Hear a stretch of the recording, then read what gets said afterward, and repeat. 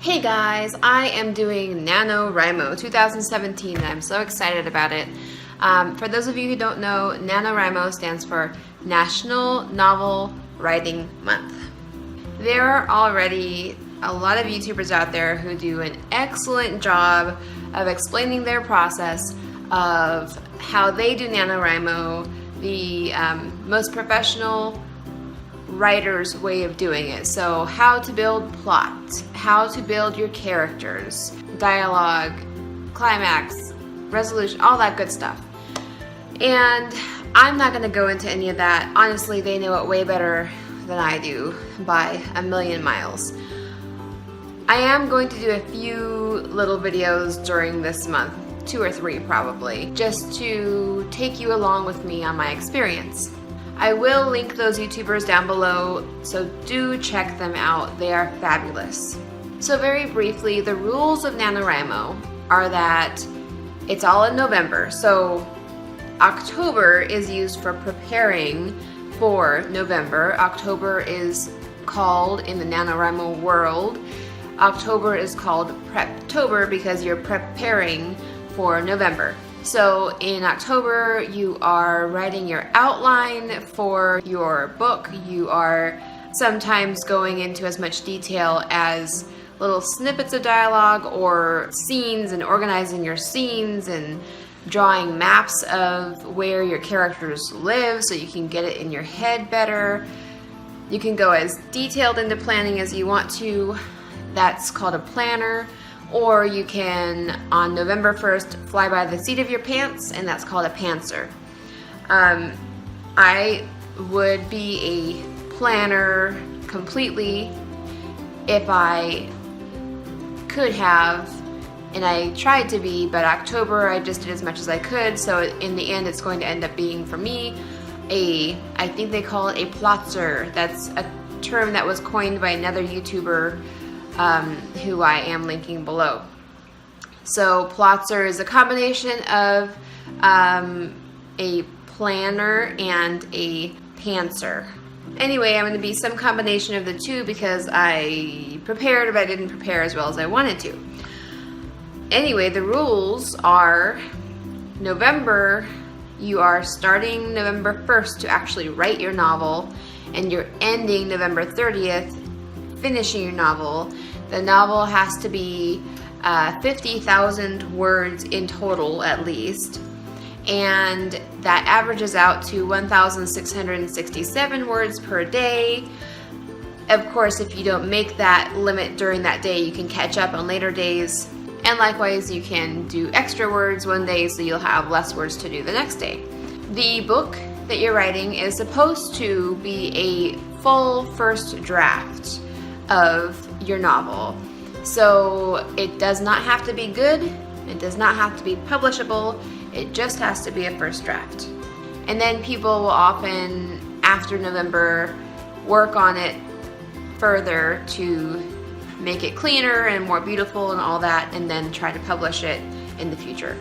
To win NaNoWriMo, you're not beating anybody else. All it means is that you have met your 50,000 word limit or minimum, and that you have stuck to some kind of plot that resembles a novel plot. So you have your intro and your character development and your conflict and your climax and your resolution, and it follows that pattern kind of thing. So it's something that could pass as a book, keeping in mind that it is a first draft. But I am doing something different. I am still calling it that I am participating in NaNoWriMo. I am still aiming for my 1,667 word minimum per day. I am still going to do the 50,000 words by the end of November.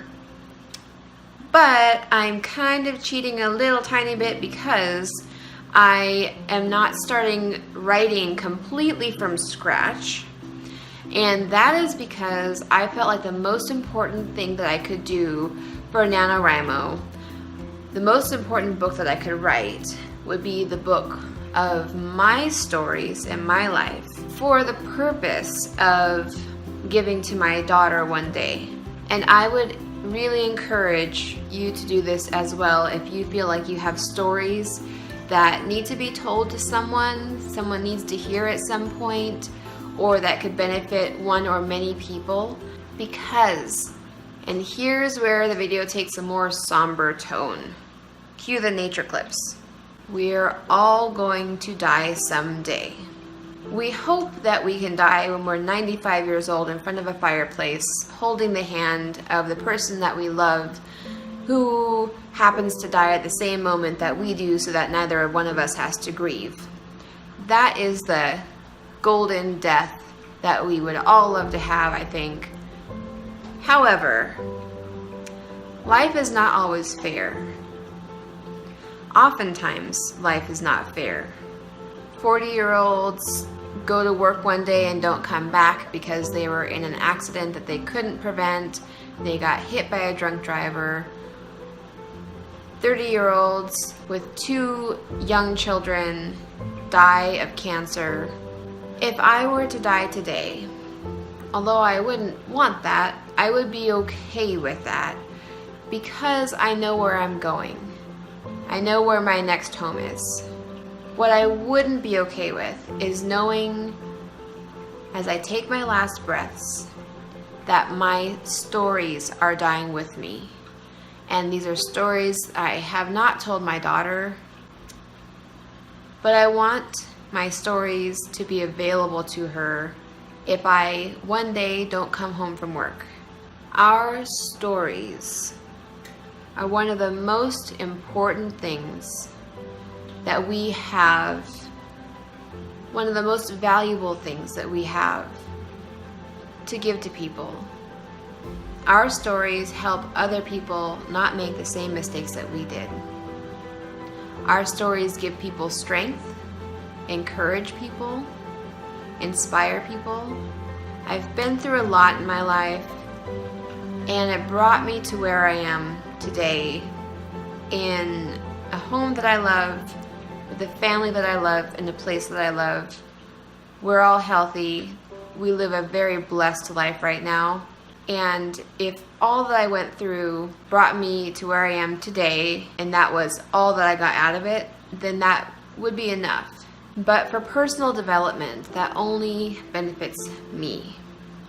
Yes, my daughter and my husband benefit in the life that we all live together, but for personal development, not for the situation we live in, but for internal, spiritual, mental development, only I hold those stories in me, and so only I have been able to benefit from the lessons that are taught through my stories.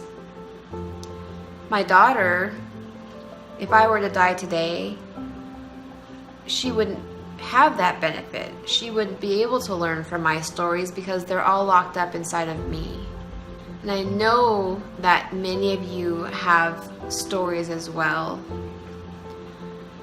And I want to emphasize that it's not just our children that can benefit from our stories. It's also people that we talk to in the community. Other people's lives have been affected by me sharing my story on a one-to-one basis with people in small meetings I've been in. And people will be affected by and learn from your stories as well. So if you're young and you've lived an uneventful life and you don't really have much to impart on other people, you don't have stories that you have learned a lot from that you can teach people from, that's okay. And try to be thankful for being somebody who hasn't suffered or hasn't suffered that much. Remember that you might be a minority in this world. And remember that your time will likely come that you go through hardship, because it really happens to all of us. And remember that there are other people that you can listen to and learn from, because they have been through the suffering that you may go through one day. But if you have those stories, write them down. Tomorrow is promised to no man and no woman. So I'm writing it down. I'm writing my story down in the month of November, sticking to a lot of the framework of NaNoWriMo. One way that I'm kind of cheating is that I'm using excerpts from old journals and diaries. I'm using notes that I've taken about parts of my life and copying and pasting them into this. So not every word is going to be coming from scratch. A lot of the words are going to be copied and pasted into there, but that's okay, because if I have 50,000 words telling my story and everything I want my daughter to know, if my life is taken away on December 1st, then I will know that she'll be able to read my story, and that my story and my messages I want to give to her are not dying with me. So again, I would strongly encourage you to write it down. And I'm gonna call this a testament, because you know, you have your will and testament. And I might put this book that I'm writing along with my will, so that when that day comes, there will be my will and there will be my testament. And I don't know if there's a better word for this. I know that a lot of other people have done similar things. I don't know if they've done the same thing, but people who have a limited time on this earth will sometimes write letters to their kids that are supposed to be delivered on their birthday. For example, mother passes away when a child is 12 years old, but then every year on the 13th birthday, 14th birthday, 15th birthday, they receive a letter in the mail from their mother who has passed away. And that letter contains,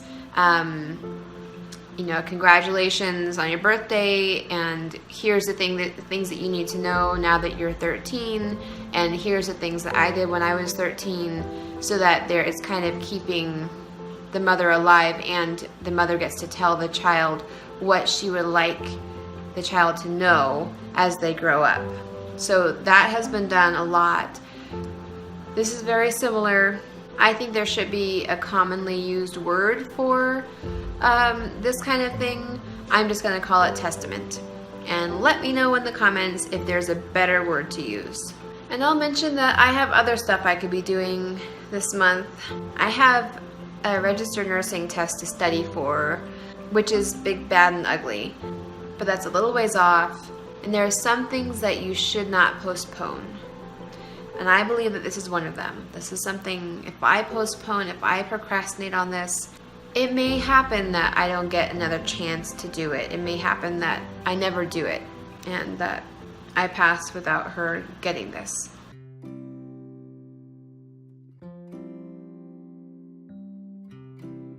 Something else I think is worth pointing out is that even if we do die when we're 95 holding the hand of our love, we still may not have told our children everything that would be valuable or interesting for them to know.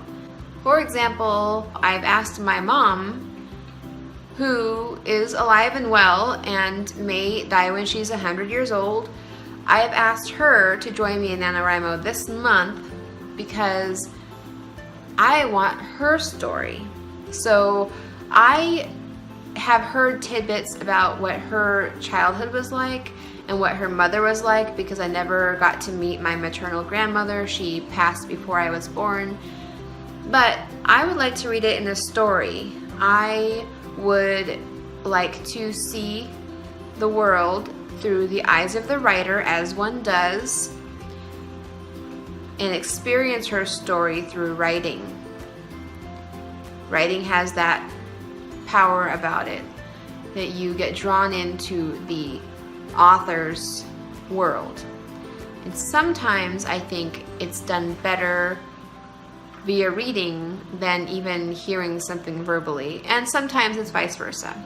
But my mother has started to read stories about her childhood that were jotted down many years ago when she was telling my dad stories about her childhood, and my dad was writing them down. And these are things that my mom has forgotten, as one does. And she is loving reading about what a mischievous little creature she was when she was 12 years old, and the arguments that she would get into with her sister, and just really cute, funny things, and things about the pets they had, and the names they gave their pets, which were really silly names, and all these kind of really cute things. And she's getting a lot out of it. And that leads me to another point. I would just encourage journaling. I journaled extensively during 1 year of my life, and then I journaled pretty regularly many other years of my life. But some of the worst years of my life, which I would like to hear from now, I didn't journal during those years. And some of the best years of my life, like the last 5 years, I also haven't been journaling. So I think it's important to journal, because if you don't have a stellar memory, like I don't, in regards to my life experiences, there's a lot of things I forget. Sometimes that's a good thing to forget, and sometimes I wish I could remember all the details. You need your old journals at least to dust off the memories or pull them out of the dirt.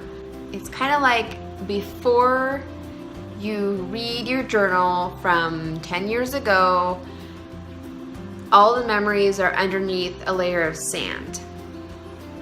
And then when you're reading your journal, it's like you have a metal detector or something, and it dusts off, or you somehow find this memory underneath the sand, but you couldn't see before because it was under the sand. It's like a box under the sand, and you pull it out and you open the box. All of a sudden, everything comes back. It's an oh yeah moment, right? So there's a lot of things like that, which even reading the stuff that I have written down, there's a moment of surprise, like, oh, that happened to me, and then there's an oh yeah, and then the rest of it comes to mind. So it's in there somewhere, but I would encourage journaling, especially during anything interesting that's happening in your life, but even during the not so interesting times as well. So I need to go because today is November 1st and I'm supposed to write 1,667 words today. But thank you for watching. Consider NaNoWriMo. Consider writing not just a novel, but writing your story.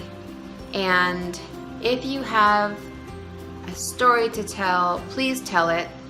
It doesn't have to be in writing. It can be verbally, but that's one of the most valuable things that you can give to the world is your story. So please share it. Bye.